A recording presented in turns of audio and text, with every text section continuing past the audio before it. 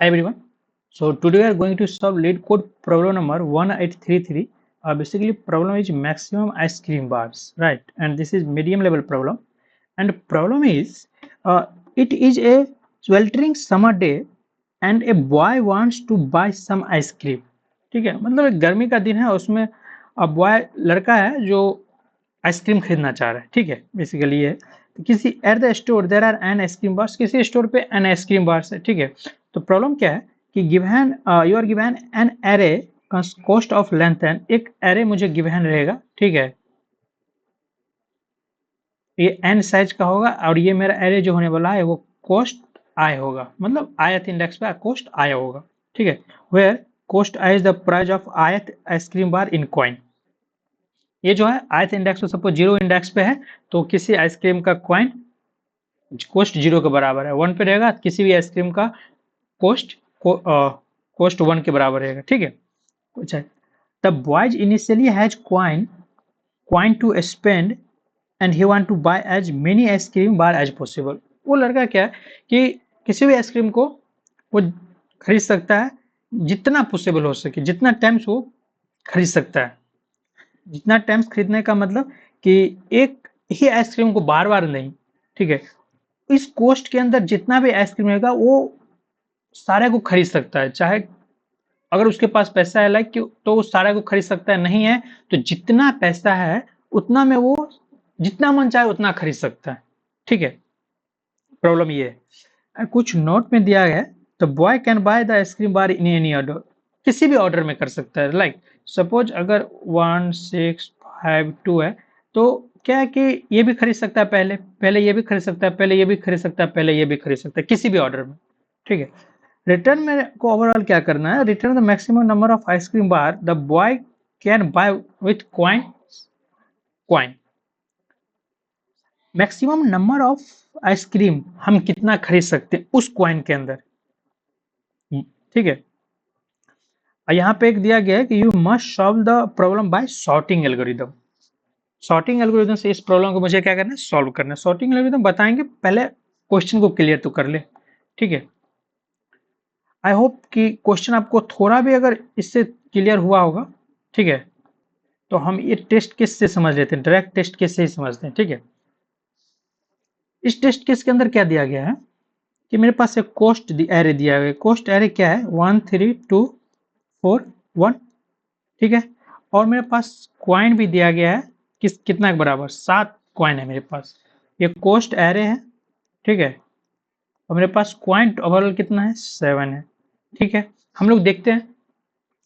एक चीज मुझे बताओ कि अगर मुझे, ये तो कॉमन सेंस की बात है ना, कि अगर मुझे मैक्सिमम टाइम्स आइसक्रीम खरीदना, यहाँ कोई एक चीज मतलब यहाँ पे कोई रिस्ट्रिक्शन नहीं है कि आप ज्यादा पैसा पहले खरीदो कम पैसा खरीदो, ऐसा कुछ नहीं है। जस्ट ये बोला गया कि मुझे मैक्सिमम नंबर ऑफ आइसक्रीम ला के दे दो। मैं तुम्हें 7 रुपया दे रहा हूँ। ठीक है, और उस किसी भी दुकान के अंदर इतना आइसक्रीम का कॉस्ट है, मतलब इतना टाइप का आइसक्रीम है, उसका कॉस्ट किसी आइसक्रीम का 1 है, किसी आइसक्रीम का 3 है, किसी आइसक्रीम का 2 है, किसी आइसक्रीम का 4 है, किसी फिर ये और ये सेम है, मीन्स ये दोनों आइसक्रीम का 2 आइसक्रीम है जिसके अंदर का कॉस्ट 1 है। ठीक, ओके, मैं तुम्हें 7 रुपया दे रहा हूं, मुझे ज्यादा से ज्यादा आइसक्रीम ला कर दे दो। तो ज्यादा से ज्यादा आइसक्रीम हम क्या चाहेंगे, हम चाहेंगे कि मुझे जितना पहले छोटा अमाउंट का आइसक्रीम है वो मुझे दे दो। ठीक है, उसके बाद मैं धीरे धीरे इंक्रीज करते रहूंगा आइसक्रीम का कॉस्ट। अगर सपोज पहले सबसे हम छोटा को ले ले, ठीक है, फिर उससे छोटा ले ले, फिर उससे छोटा ले ले, फिर उससे ले ले। ठीक है, मीन्स ये इंक्रीजिंग ऑर्डर में बढ़ता जाएगा। ठीक है, तो कॉइन मेरा घटता जाएगा। अगर सपोज 1 रुपया वाला पहले खरीद लिए तो मेरे पास 1 रुपया कॉइन में से 1 रुपया घट जाएगा। 2 रुपया वाला खरीद लिए तो मेरा कॉइन में से 2 रुपया घट जाएगा। मीन्स पहले सबसे छोटा दे दो, फिर उससे बड़ा, उससे बड़ा, उससे बड़ा, मुझे इंक्रीजिंग ऑर्डर में इस तरह से मुझे जाना है। इसी ऑर्डर में, बस ये तो कॉमन सेंस की बात है कि इसी ऑर्डर में आप maximum number of times ice cream खरीद सकेंगे। ठीक है, तो ऑब्वियसली यहाँ पे सोचो ना कि यहाँ पे क्या है कि पहले मुझे क्या करेंगे कि मुझे 1 रुपया वाला आइसक्रीम दे दो। ठीक है, एक आइसक्रीम मैं ले चुका हूँ, आइसक्रीम मैं इधर लिख रहा हूँ। ठीक है, एक आइसक्रीम खरीद चुका हूँ, क्वाइन मेरा 7 में से 1 जाएगा, 6 बचा भी मेरे पास 6 क्वाइन है और इतना आइसक्रीम अभी भी बचा हुआ है, तो हम क्या चाहेंगे ना कि फिर से हम 1 ही रुपये वाला खरीद ले, एक और है मेरे पास 1 रुपये वाला, एक और खरीद लेते हैं। तो 6 - 1 5, अभी मेरे पास कॉइन बचा हुआ है, आइसक्रीम बढ़ के हो गया 2।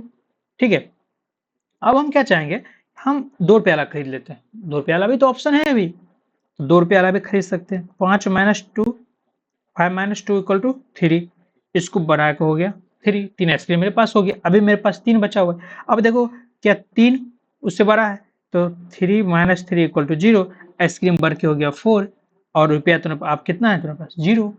अब चाह के भी आप आइसक्रीम नहीं खरीद सकते, क्योंकि आपके पास पैसा है ही नहीं जो आपके आइसक्रीम खरीदेगा, क्योंकि अब आइसक्रीम जो कि बचा हुआ है, आइसक्रीम बचा हुआ है, बट हमारे पास तो पैसा नहीं है ना हम खरीदने के लिए। तो मैक्सिमम हम कितना खरीद सकते हैं 4, और यहाँ देखो 4 दिया गया है, ये मुझे रिटर्न करना है। आई होप कि आपको क्वेश्चन क्लियर हो। ठीक है, क्वेश्चन में जस्ट कुछ नहीं है, जस्ट ये है कि मुझे पहले सबसे छोटा वाला दे दो, जितना भी है दुकान के अंदर वो वाला दे दो। ठीक है, बाकी हम उससे थोड़ा बड़ा खरीदेंगे, उससे बड़ा खरीदेंगे, जस्ट ये है। ठीक है, अब सॉर्टिंग एल्गोरिदम क्या होता है, सॉर्टिंग काउंटिंग सॉर्ट जो है, काउंटिंग सॉर्ट क्या बोलता है पता है, काउंटिंग सॉर्ट बोलता है कि सबसे पहले किसी भी रेंज के अंदर, ठीक है, सपोज ये एरे है 1 2 3 4 5 6, ठीक है, इसके अंदर का सबसे मैक्सिमम वैल्यू ले लो, मैक्सिमम वैल्यू, ठीक है, ले लिए, सपोज 6 है। अब क्या है कि 6 साइज का एक एरे बनाओ, 6 साइज का एक एरे बनाओ, 1 2 3 4 5 6 सपोज ये, और इसमें जो है इसका जितना फ्रीक्वेंसी है, अगर सपोज 1 का फ्रीक्वेंसी 1 है तो 1 को यहाँ स्टोर कर दो, 2 का फ्रीक्वेंसी नहीं है तो 0 यहाँ पर रहेगा अभी के लिए, 3 का फ्रीक्वेंसी कितना है 1 है तो 1 यहाँ डाल दो, 4 का फ्रीक्वेंसी कितना है 1 यहाँ डाल दो, 5 का फ्रीक्वेंसी कितना है 1, 6 का फ्रीक्वेंसी 1 1 मीन्स ये बोलने का काउंटिंग सॉर्ट का मतलब ये है कि मैक्सिमम एलिमेंट फाइंड करो, उस साइज का एक एरे बनाओ, ठीक है, और उसको ठीक है, उसको बारी बारी से यूज करो। कैसे, मीन्स यहाँ पे जो है ये मैक्सिमम एलिमेंट है, मैक्सिमम एलिमेंट +1 साइज का एक मेरा एरे बनेगा। ठीक है, ये एरे मैक्सिमम +1 साइज का एरे बनेगा, क्योंकि मैक्सिमम तक तो मेरा एलिमेंट आएगा ना, उससे ज्यादा एक बना लेते हैं, क्या ही जाता है। ठीक है, मैक्सिमम साइज तक आ गया, उसके बाद इसके अंदर एरे के अंदर जितना भी अकरेंस है उसके अंदर पुट करो। ठीक है, मीन्स कंस्ट्रक्ट कर रहे हैं हम किसको, सॉर्ट एरे को सॉर्ट कर रहे हैं, एक तरह से ऐसा समझो सॉर्ट, इसका अकरेंस जितना टाइम्स है इसके अंदर सॉर्ट कर रहे हैं। ठीक है, अगर ओवरऑल की मैं बात करूं, देखो एक बना ले रहे हैं, ठीक है, सपोज इस टाइप का, ठीक है, ये है मेरे पास एरे, एक मेरे पास गिवन है, ठीक है, अब इसका हम काउंटिंग सॉर्ट एल्गोरिथम एरे बनाए तो कैसे काउंटिंग सॉर्ट यूज करेंगे इसके अंदर, देखो इसके अंदर मैक्सिमम एलिमेंट मेरे पास कितना है 6, मैक्सिमम एलिमेंट कौन सा है 6, ठीक है, अब एक 6 + 1 साइज का मुझे एरे बना लो, ठीक है, कितना 7 साइज का एरे हो गया। ठीक है, अब क्या करो, इसके अंदर जितना अकरेंस जिस एलिमेंट का जितना प्रेजेंट है उसके अंदर इसके अंदर पुट कर दो। तो अगर 1 के अकरेंस कितना टाइम्स है 1 2, तो 1 की जगह कितना हो जाएगा 2, ठीक है, 2 का अकरेंस कितना टाइम्स है, एक ही टाइम्स, इसको यहाँ 1 दे दो। 3 का अकरेंस कितना टाइम है, एक टाइम्स है, यहाँ दे दो। 4 का अकरेंस कितना टाइम है, वंस, एक टाइम है। 5 का अकरेंस एक, 6 का अकरेंस 1, ठीक है। अब मुझे एक चीज बताओ, जब मेरे पास ये एरे आ गया कि मेरे पास 1 इंडेक्स पे इसका अकरेंस 2 है, 2 इंडेक्स पे अकरेंस 1 है, 3 इंडेक्स पे अकरेंस 1 है, 4 पे 1 है, 5 पे 1 है, 6 पे 1 है, 7 पे 0 है, ठीक है। अगर ये मुझे आ गया तो इससे मुझे क्या पता चल रहा है, इससे इस प्रॉब्लम को थोड़ा भी रिलेट कर पा रहे हैं कि हम कैसे इस काउंटिंग सॉर्ट से इस एल्गोरिथम तक पहुंच पाएंगे, इसके आंसर तक पहुंच पाएंगे।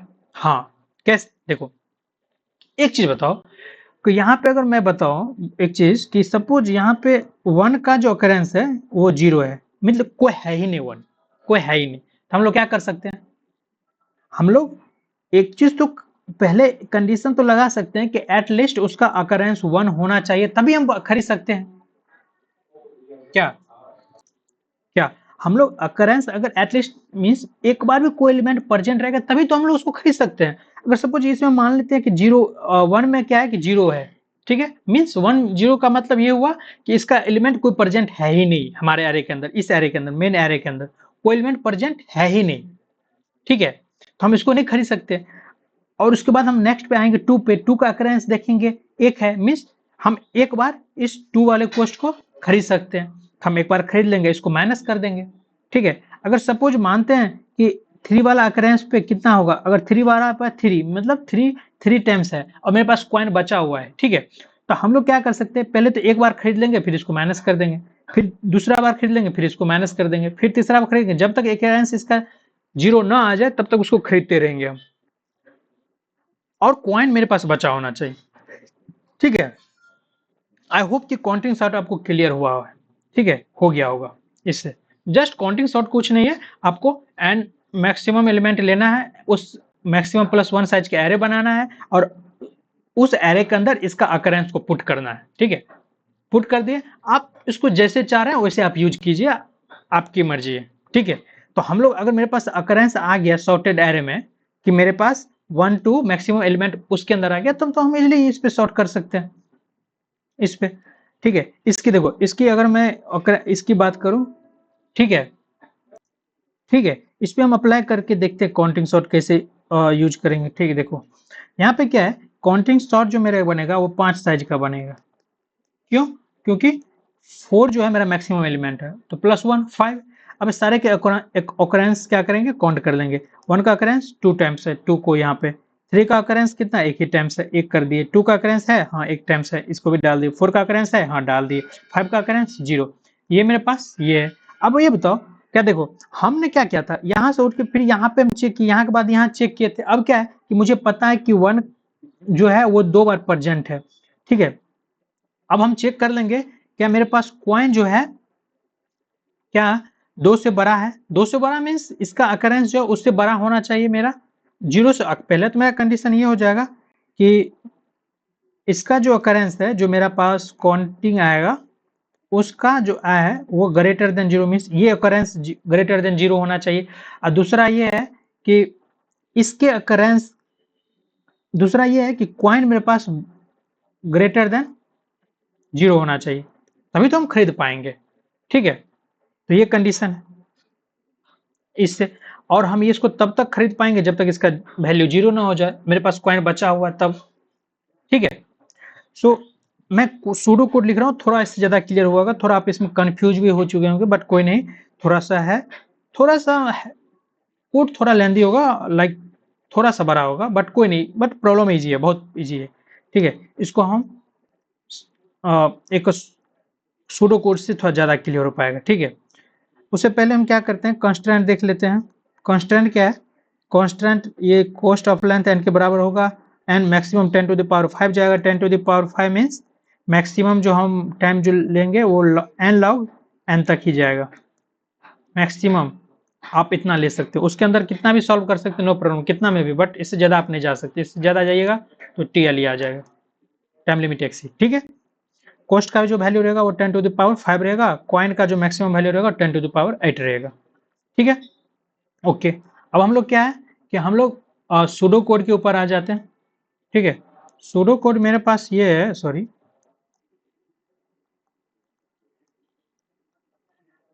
सूडो कोड ये है मेरे पास कि मेरे को पहले जो है मैक्सिमम एलिमेंट फाइंड कर लेंगे, ठीक है। Find maximum element,